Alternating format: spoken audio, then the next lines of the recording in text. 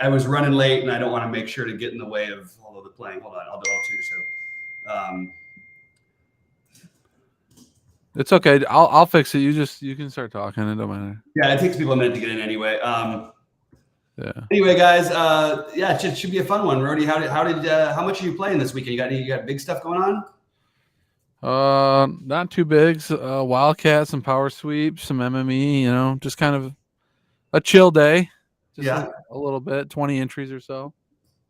And what are your thoughts on like how do you play these things? This is back in more my day when we were first playing DFS. You had the multi-day slates, every main NFL slate on Sunday didn't end until Monday night. There's always interesting moves and stuff you can make along the way, but I don't think you should be trying to backload it. I just think that you should be ready to pivot after each game, right?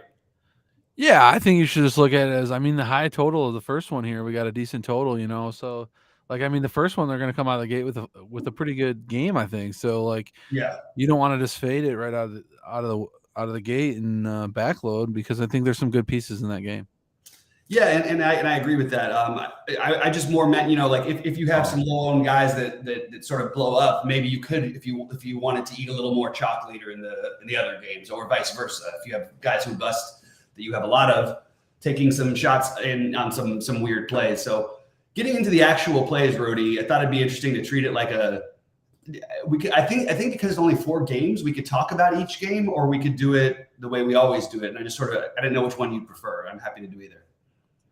It don't matter. Whatever you want to do. Let's go game. Let's talk about each of these games, and we'll talk about the first game first, obviously. So one thing I'm doing a lot of is I basically have enough lineups out there where I have exposure to every quarterback in some form or another. But I do have Lawrence as my third highest owned, well ahead of the field, and I know they're going to try to run the ball, and maybe that'll work. It also is a little bit ugly weather-wise, so I'm considering maybe making some changes. It's definitely the worst weather game that we have, and the Buffalo game is going to look bad, but there's actually no wind, so it's not going to affect much. This is just sort of going to be a little bit uglier, but it is KC, so I like the Lawrence stack quite a bit right off the bat. I'll be overweight basically on everybody on both sides of this game, with the exception of the Kansas City receivers.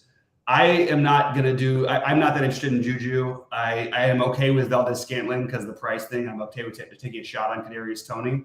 But to play a really chalky Juju when there's so many good receivers on the slate, it's like all year long, I feel like I was trying to scream at people, like, this is not a good play.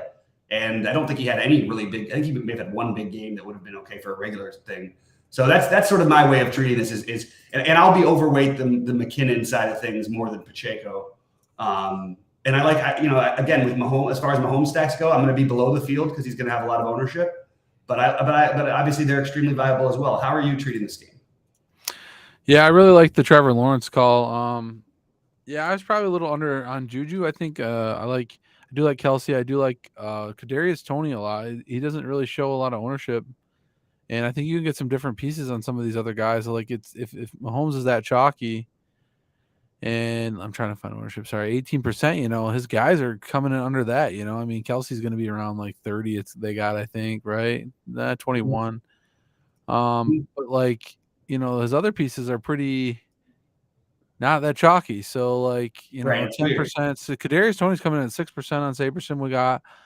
I think he's a good play. He's been worked in the offense. He's going to be good. I think they had some week off to rest. So they should be ready to go. So I really like this, and I think on the other side of that game, you got Zay Jones and Christian Kirk. I think they're going to be a little bit more owned at 16%, or 23 to 26%. Sorry, So, but then Trevor Lawrence is not his own, so it's really weird. I don't reverse. I know me and Sheets were talking about that when we did this. It's exactly backwards. Yeah, I don't get it. How does a 8% own Trevor Lawrence, but his receivers are 26%, but then you got Mahomes at 19% owned, but his receivers are all under. His main ones are under 10. Got guys under 10 and 6. So I don't know. It seems a little Mahomes though, because he spreads it out so much that so few of these receivers have actually even had like good games. True. Yeah, but yeah, you're right on that. So on like a 10-game slate, I'd say let's not choose a guy, but on a 4-gamer, yeah. On a 4-gamer, you can take a shot on a Toney or a deep bomb from MVS or something in the lottery. Hmm. Excuse me. Um, but yeah, obviously Kelsey's the best stacking option with Mahomes, but Yeah. I do like running like a little mini stack like Lawrence, Zay, Marvin, or Kirk, and then run it back with like Tony and Kelsey. I kind of had a build like that, so Mhm. I kind of like that. So Don't forget Evan Ingram. You can. I love the double tight ends this week. So I'm finding with myself with some Ingram and Kelsey, and I like Goddard also, and I like Schultz a lot. I mean, I really think it's a very reasonable double tight end week. Like I like Marvin Jones a little bit because he's value that can throw into the stack. But at the same time, wouldn't we rather play like guys like Dawson Knox and Dalton Schultz at just a little bit higher price? You know what I mean? So I would rather play these tight ends that are cheap to me rather than the some of this other stuff. What are your thoughts on the before we get to the next game, some double tight end builds and Ingram in general? yeah, I'm seeing a lot of the double tight ends builds, like people talking about it a little bit today, and like some of the optimals. Like if you just run a bunch of optimal lineups, like you're probably gonna get a bunch of double tight ends. It was popping for me earlier, so I don't know. I don't mind it. Like Ingram, Kelsey, a really good combo. Schultz, Goddard's, could be in a good spot today. There's a lot of tight ends I really like, so the double tight end is definitely very viable, I think. So yeah, I don't mind. I don't mind it at all. Yeah. All right. Let's jump into the next game, the Giants and Eagles. Any particular take that you have on this game, Brody? I I actually think it's I can understand why the Eagles are a little scared, but I feel like people are kind of forgetting how good they actually are. But yeah, if you have any takes about the games as we go through them, feel free to say because I like Jacksonville to cover for what it's worth in the first game. Wouldn't surprise me if it's 30-0, and it honestly wouldn't surprise me if Jacksonville beat KC. But this game, I have a little bit. I feel a little like I get the concern, but I also feel like maybe it's a little bit unwarranted that maybe we're just going to see the old Eagles again. In which case, we kind of want to stack up the Eagles. Unfortunately, it's going to be chalky in the sense that Hurts is going to be chalky. The weird part is it's another situation where AJ Brown. I mean, Hurts and Mahomes are going to be the two most popular quarterbacks, and neither of them have popular receivers. What are you doing with this one? Who are you looking at mostly? Ooh, I mean, I really like, I've liked that double stack all year in this game, like the Hurts to two receivers, but I mean, he runs it a lot. But like, yeah, you got a lot of popularity in the Giants. Richie James and some of those receivers are pretty popular. Hodges, I mean, that 13, 18, 17%, they're spreading it out. That's not too bad for a four gamer, I guess. I mean, we need to talk like that, but he's cheap. Daniel Jones is cheap, so you could play some really nice pieces with him if you stack it up. And then you could run it back with Brown or Smith or Goddard, on the tight end spot. I don't mind. Mm-hmm. It's definitely a stackable game. I think it could be a good game. It could go over, a little bit too for the Giants total. I think could be a little low. They look really good last week. Daniel Jones was scrambling out of the pocket. I, I, I don't know. I think maybe they're a little under on him. I'm probably going to throw a few Daniel Jones stacks in, and he's coming in about 12% owned. I mean, people are going to have every one of these quarterbacks. I think you should mix it up, but like just stacking it to get a little different, and then and your run backs are viable. Yeah, and I just want to caution everybody: be a little bit careful to think the Giants' offense is going to run like that. I mean, that Minnesota team might have been one of the worst defensive teams to ever make the playoffs. Like they were a terrible football team that just literally. I mean, their expected record I read should have been, I think it was 6-11 for the season, and they were 13-4. Anyway, so I just caution a little bit. So and with these Giants receivers, how are we dividing this up? Because I think that this is obviously a source of value. I think Richie James is the most popular. They definitely seem to be going more and more to Hodgins, and Slayton is probably as of 3 weeks ago would have been considered by far the best receiver here. So how are you treating those three in terms of which one you like the best? Oh, I think that's going to be tough. I got it pulled up on the screen. Like Hodges projects a little bit better from our True DFS projection. No, actually, Richie James does. I don't know how I got it filtered on here. Oh, I added projection to him. That's what I did. Yeah, Richie's look good for his price, but I think maybe grabbing Hodgins and then he's a little bit more costly.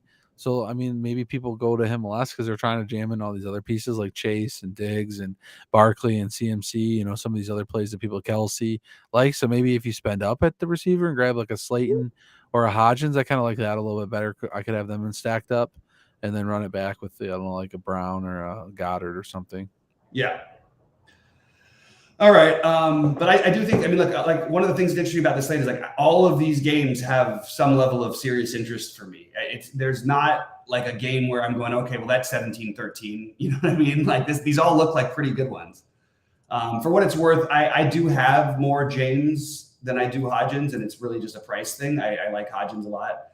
And for what it's worth, I have more AJ Brown than I do Devontae Smith, but I'm not overweight on either of those guys particularly. That's sort of one of the stances I'm taking. I always like to say, who am I going to be over and underweight on in slates like this?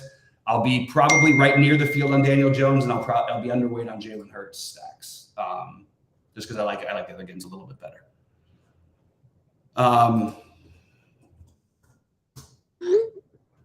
Anyway, so let's move on to Sunday's games, to Cincinnati, Buffalo. Do you know, and fire it on in as we go along here, Rody? Do you have a favorite game because that's the one thing that I always do. I always have one game that stands out and looks like the gold mine for fantasy, even if I talk myself into it, and I'm often wrong, sure. But this week, I just can't decide even which game I'm most excited to bet on. Do you have one? Yeah, I mean, this week's tough. I think I kind of like all the games. You know, the KC Jacksonville, I'd say maybe my favorite, with Lawrence coming in a little bit lower owned. I like the stack ups. I think there's some KC shots that I'm going to take this week that no one's going to, because, you know, Mahomes spreads it around. I think I'm going to take the chances and hope it works out. I think that has the best leverage game, I think, a little bit in there. But like all these games I can use pieces of. I know CMC's a little worried because Dallas defense, so people might be a little less on him. You know, the Buffalo Bills game and Bengals could be a shootout too. You know, we could see some big scores in some of these games. Yep. It's kind of hard to fade all of them. I think you should try to get some pieces of all of them, or like stack them all up at different lineups or different contests. That's kind of what I'm going to do. I'm probably going to have a stack of each one that I really like. I'd say the least one I'm on is a little bit less on the Brock and Dak stack, the most at least, but I don't mind some pieces in that game. You know, like we'll get to that game next, but yeah, I mean, that might be my least favorite one, but like I think you should still like all these games. I think they're going to be fun to watch too. Yeah, me too. I think it should be a lot of fun football. I won't be able to watch some of it because I've got my kid for part of it, and we're going to be out and about. But I'm going to try and take a peek every time I get a chance. What do you got for the Buffalo? What approach are you taking? Is it?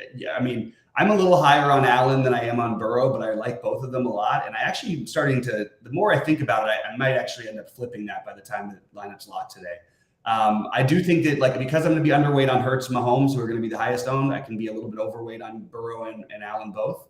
But I'm sort of near-ish to the field and taking big stances elsewhere. I already mentioned the what's his name, the Trevor Lawrence. But I'm going to have some Brock Purdy lineups as well. Like, I'm just going to say that right now. Anyway, but this game, I feel like, I mean, you're going to have pretty concentrated ownership on Diggs and Chase, and neither of them are in particularly good matchups.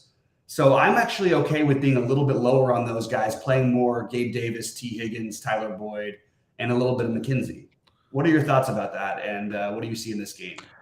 I mean, this game is really a good game. I really like these cheaper pieces. Like Gabe Davis is coming in pretty low owned, as you just meant. I mean, I guess he's 23%. He's not going to be low owned, but I meant Tyler Boyd. Is coming in pretty under 10%. He was like 4. I think they bumped all these guys up a little bit. McKenzie was like at 10, and we're showing him at SaberSim's got him at 2. So like he could be a viable play. I think he's gonna. So Boyd and McKenzie, I really like. Gabe Davis, I like. I've always been off T. Higgins for some reason, but his price is down. It's not a bad price. I don't mind a double stack in this game. Chase does look really good to me in this game. His ownership's pretty high. It might be a lot of projections are high on him this week. I don't know. Just the matchup is pretty good. So I think this could be a really shootout game where you could stock it up. And, you know, it's a good run back to some of the, maybe a cheaper quarterback and get some of the expensive pieces, or take some of a shot on like a Tyler Boyd at 4K, which I really like, or a McKenzie at 3,300 to round out your guys' other stacks in the other games where you're paying up for Kelsey's or those other guys. So, yeah, that makes a lot of sense to me. How about the tight ends real quick? Just because these are the two of the cheaper ones. Like, I prefer Goddard, Ingram, I guess possibly Kittle and Schultz, but I do think that in lineups where you're trying to save both Knox and Hurst, and they're also going to be lower owned parts of the stack if you are going to stack this game. So that's one thing I probably will do, is if I'm going to stack this game, probably try to include my tight ends, just because I do think Hurst has upside, and I think Knox, and they're cheap and they're going to be low owned in the stacks. It's pretty simple. Yeah. I love Knox. Like he was on my main lineup last week. I stacked him up with Josh Allen and Gabe Davis and worked out. I got the guys That with was the a good week touchdown. to do it. Huh? Good week to do it. Another week this week to do it. Yeah. I mean, Yeah, no, it was a good week last week. Why not go back to it? Yeah. I'm gonna have a stack with Gabe Davis and Knox and Allen. I guarantee it. It's one of my stacks I'm gonna do today for sure. It's those are guys are my Gabe Davis and Knox been my favorite guys all season. I've been high on Knox. I drafted him a lot of best balls. I had him everywhere. And he's really made a good connection with Josh Allen. He's getting some dump offs. He's getting the touchdown red zone looks. So they're definitely been struggling down there, and they're finding him in the red zone, and that's helping them get some touchdowns versus field goals. So I think the key to getting some scores today, big, and that Buffalo game gets a decent score in, Knox is going to have to catch a touchdown. I know a lot of bets are out there. People have been getting him at the anytime touchdown or and first touchdown score. He's right there and getting the anytime touchdown for me today. So or tomorrow, I should say. Sorry. Yeah. I'm in on all everything you just said, basically. And then we get to the game that I think I don't care what people have. I just don't think that people are playing the San Francisco side of this at all. And it's interesting. I mean, not at all, as much as I probably will. I just think I think Ayuk has really come into his own. I've always been a big Ayuk guy. I love Debo, and I think that Debo at 5,900 is kind of ridiculous. I mean, the guy there's a smidgen of difference at most between he and Jamar Chase and Justin Jefferson. He just wasn't healthy. And now he's back, and he put up 30 last week, and they're going to use him out of the backfield. So I sort of like these skill position players for San Francisco. I'm going to be overweight on all these guys. I'll be overweight, which won't take much to get overweight on a little bit of Purdy, because no one's going to play it. And sure, does he end up at the highest scoring quarterback in this very often? Probably not. But if you take his price difference, let's say, versus the other guys, if you're getting over 1,000, or you can get 1,500 even, to change your builds, and the discount from the Mahomes and all them, you're talking about over 2K. Why? Then he just has to be better than the other cheap guys, because your build is going to reflect it. And he's got all the talent in the world around him. If Dallas somehow gets a lead, he's going to be flinging it. So I kind of have talked myself into this a little bit. And at the same time, I have no problem with Dak on the other. It's kind of interesting that no one wants to play Dak after he just finally looked like a Dak for the first time all year. But I'm into the Purdy stacks a little bit. And I love CeeDee Lamb. I think he gets a little bit overlooked because of some of the other receivers. And I love Michael Gallup. I think he's getting way overlooked as well because of T.Y. Hilton and Noah Brown being active. But I'm big on this game. And I guess my overall takes are I'm probably going to be a little lower on Philadelphia and KC, and I'm a little higher on the Jacksonville, the Cincinnati side of the Buffalo game, and then both sides of the Dallas-San Francisco game. Any thoughts with that, Rody? Yeah, I don't mind it. Like I said, it was probably going to be one of my lower take games as well. But I like pieces out of it a lot. Like you mentioned, Gallup, I think he fits that same role in that, as Boyd does in that other game, like a guy people aren't going to go to as much. He's lower percent owned, and he was getting the work. He's getting targets. He got the touchdown last week. If I would have went with him over CD and another cheap piece on the Tampa Bay, I would have shipped the showdown on Monday night. I had Schultz captain, and I'd had CD, and I just didn't have the cheap guys end up getting there. You didn't have to pay up for CD. You just needed one of those cheap, like a Julio Jones and Gallup combo versus a CD and Brate combo. Right. So, so he's a good piece. You're playing showdown. I definitely eye him up. Ayuk and Debo in this game. They finally got all their weapons back. So, stacking Purdy up, he's got some options to go to. Kittle's another guy that we probably not been talking to at 5,700. He's pretty cheap.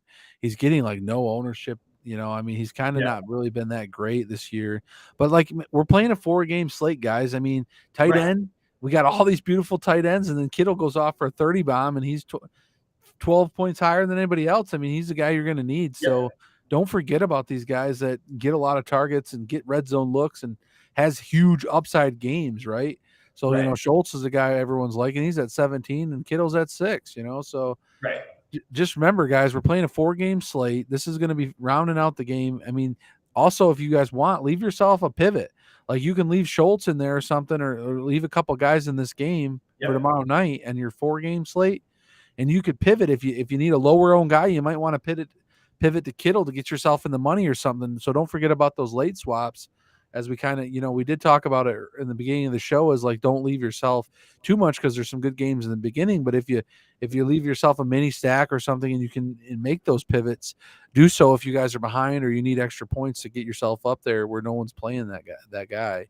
Mm-hmm. So look at it for all the games too, throughout the day and tomorrow. So yeah, and it's a cool last game to have because so both of these teams would like to run the football.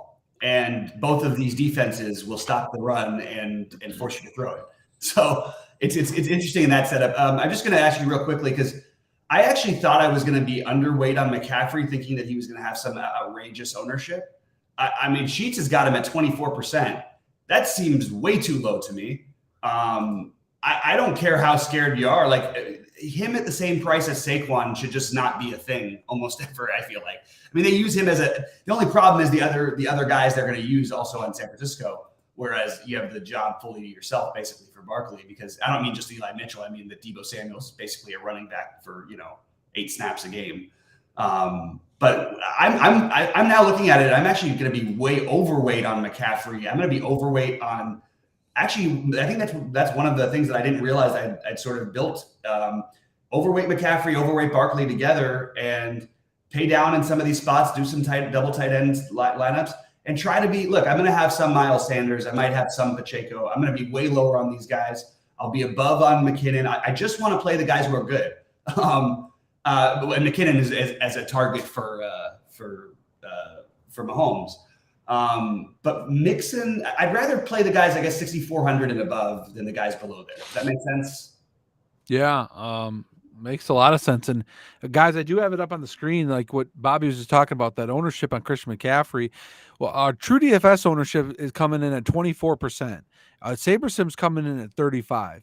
So the true DFS guys' ownership is taking in account of multiple different ownerships across the platform and different sites, and it's an aggregated ownership. So you're seeing that the field is actually under on most sites on Christian McCaffrey while SaberSim's over. So that's like a leverage spot for you guys to get over on the field. If all the other sites are lower on Christian McCaffrey, you guys are going to have an advantage here on taking getting over on that, because you're going to try to target him a little bit more. And I definitely like the call. The running backs, I kind of even said in my article today, guys, I was on these cheaper receivers, low owned receivers, the Boyds, the Gallups, the 6 to 10% guys, and then I'm going to take these 25% on running backs and Christian McCaffrey and Barkley and some of these workhorse backs that are getting all the work, getting the goal line carries, getting the dump off passes, and they score 20 to 30 points. That might be a lot more than a cheap guy where he's only getting 12. He ends up with 12 points, and you got McCaffrey at 30. I mean, that's 18 points different, in a 4-game slate, and you're going to need McCaffrey to points. You can't be every position matters in this roster today. So let's make sure we maximize our points here. And if people aren't taking advantage of that, let's load up on some of these guys. So, yeah, absolutely. I just wanted to touch on one more thing because I think it's interesting that, look, we have a 4-game slate. We've got studs everywhere, and Miles Sanders is projected to be the highest owned player, I believe, on the slate. Anytime that happens, it feels wrong. The reason I can buy into it a little bit more this week is because I don't know that they're going to necessarily let Jalen Hurts take everything from inside the 5. But you still might get Gainwell or Boston Scott in. So just feels funny and feels like an easy place to get way lower on him and get different elsewhere. That's just what I'm going to do. The two highest projected owned players in the slate are I have less than 10% of them. So it may beat me. Juju and Miles Sanders. Maybe I'm just a sucker for guys who produce. I don't know. But I don't particularly want to be overweight on. I don't want to be anywhere near the field on guys who I think are suspect plays at these ownerships, and they're fortunately for me the most popular in the state. So I'm either going to probably win a lot or lose a lot this weekend. Rody, any more takes? Anything else you want to point out before we end up getting out of here, finishing up our builds? No, I don't really have anything. It's going to be a fun 4-game slate, and I just agree with what I agree with what you said there. And some of these higher owned guys like Sanders, he's busted way in the past. I even seen Boston Scott last time they were out getting a lot of reps. So again, I mean, yeah, it was the end of the season, but like they do spread it around and get guys in the game. Mhm. So they needed to win that last game. Hurts was playing, and still Boston Scott, their third string back, was out there running around. So Mhm. there's no reason he doesn't get any reps today, or later 100%. tonight. So Miles Sanders can be 40% owned, and I'm probably not going to have him so Yeah. as No, much. So that's I fair like enough. a lot of And other look, guys. I'll throw him into some of those game stacks, but that's the way I'm treating it. I'm not going to make this play if I feel like it's a suspect. Now, could he have that monster game and put up a 35? Sure, we've seen it happen before, but I just don't feel right about it, especially when you've got Barkley and McKinnon. I'm sorry, Barkley and McCaffrey, who are reasonable, and then I love Travis Etienne, so I would rather side with those guys. That's what I'm going to do, and then I'm going to Yeah, spend down. I like that. So that was kind of my take too, agreeing with what you had to say there. So Yeah. No, I appreciate it. It's nice to talk through with you because I always feel a little better about it. And because of those builds, I'm also going to be forced off of Diggs and Chase, which is nerve wracking. But at the same time, it's great. Now I'm playing a low owned full stack because I'm going with 2 spend up running backs. You know what I mean? exactly, and I really like that idea. So I'm going to be doing the same thing there. So. And we've seen some guys who are these cheap guys. Like, I mean, the price on Zay Jones for his recent production is criminal. The Giants receivers are cheap. You know what I mean? Yeah, it's been Um, slow. you've got a lot of guys you can choose from in that sort of, and then the mid tier. I mean, Debo Samuel being one of the lower owned receivers at a price that, honestly, if this was a regular season game, I feel like Debo Samuel would be the most popular receiver if it was a full slate because he's 5,900 and he probably should be like 75. I just think that's kind of crazy to me. So anyway, I'm excited about this. I'm hoping it pays off. Guys, if there's any questions, drop them in there. Otherwise, me and Rody will probably head out here in a few to finish building the lineups. We got the game at 1:30 today or 4:30 Eastern, and should be a good time. Yeah, it's gonna be some good games today, I think. So yeah, Where's do we your get any? packages, Rody? While we're here, I didn't see you on State Kings. Did I miss it? I haven't posted my stuff yet. I'm a little behind today. Okay, well, I'll let you get out of here so you can post your stuff because I know that's something you have to do. I just bought a bunch of sheets and I want to get some action on yours, so make sure to do that. Yeah, I was getting behind and I look at the clock. I'm like, shoot, we need to start. And then I seen your text, you're late, and I'm like, well, I'll just start it. And I was like, I was about to post some stuff on Oh, State Kings. sorry, buddy. Like, I'll just get it all after so I can focus on the show. I haven't even really built my lineups, all that. I built a bunch of them. I mean, I got some of my main ones to finalize here, but yeah, like I just want to talk through before I build it a little bit. So it worked out. So is there any last minute questions? Oh, we did get a question. Yeah, I was actually going to respond to that. I'm totally on board if you want to do that. It's not the way most of my builds are going, but I think that Cincinnati stack, yeah, Burrow, Chase Higgins, I don't think anybody can complain. Bro, throw in Tyler Boyd there, and you got one of my lineups. I'm gonna do. I love that. I actually have a Burrow stack. I'm gonna do a 4-piece in that game. I have a Burrow stack without Chase and with the other with Boyd, Hurst, and what's his name and Mr. 5800. Yeah, that's viable. Yeah. Are we worried? Can I throw out my one last Higgins thing that I'm concerned with? I am concerned a little bit that he was traumatized about what happened. And now you're going back to a game like against the same team. I was worried about him last week for regular. Like, is there any chance he's like, am I overthinking this one? I mean, you're probably overthinking it a little bit. Okay. There was a lot talked about where he was possibly not going to play the last game of the season because he was so traumatized after the Hamlin thing. Because he made the last contact, you know what I mean? Even though it was a regular play. Yeah, I think with Hamlin and everything okay now and everything, and he had a lot of work. He's probably got to talk to him on everything, and I mean, this game will be huge again for him. I mean, he could have a monster game after what happened too. Just a little momentum, little adrenaline extra from him thinking about it a little bit. Maybe they want to go to him and loosen it up a little bit. But I mean, yeah, I mean it's always a worry about a player when they're kind of out of the game a little bit thinking. But like, I don't mind stacking any of those receivers in that game, and I think they'll all be fine. It could be a good game to watch, I think. Yeah, definitely. That's probably. I was excited about it for my best ball, and Yeah. it really hurt that the game didn't play. And yeah, that's brutal. That's didn't another get to add points to my lineup. And that's it hurt, but like now I'm excited even more for the playoff game because we got it again. So Yep. Let's see what it could have been, and it could have been another scoring. Boyd did look really good against Buffalo last time, the first drive, by the way, guys. So that's another reason I'm really on him. He plays well against that coverage they have, and that's my key take. I'm going to play some Boyd today and stack that game up a little bit. So awesome. All right. Well, Rody, thanks, man, for being here. Great job. I don't think I'm going to be around tomorrow because I'm out in the morning before lock. But if I am for any reason, I will try to jump on. Yeah, I might try to jump on too. So I'll probably be able to jump on if you can anyway. So okay, cool, buddy. Well, have a good day and good luck out there. Good luck. Hopefully, if I don't win $1 million, I hope you do. And if it's not for you, I hope one of our people do. Yeah, well, I'll end the show here, Bobby. Here, quick. We'll probably do a live tomorrow. That way we can go over some lineups that we got going and talk through anybody that has lineups going and maybe help them with some late swapping or questions you guys have tomorrow, because it is a double slate for the 4-gamer. So we'll be able to go over whatever questions you guys have. I think tomorrow's show could be pretty popular. So I'll make sure I try to get in on it. And then, as always, let's get it, guys. There you go.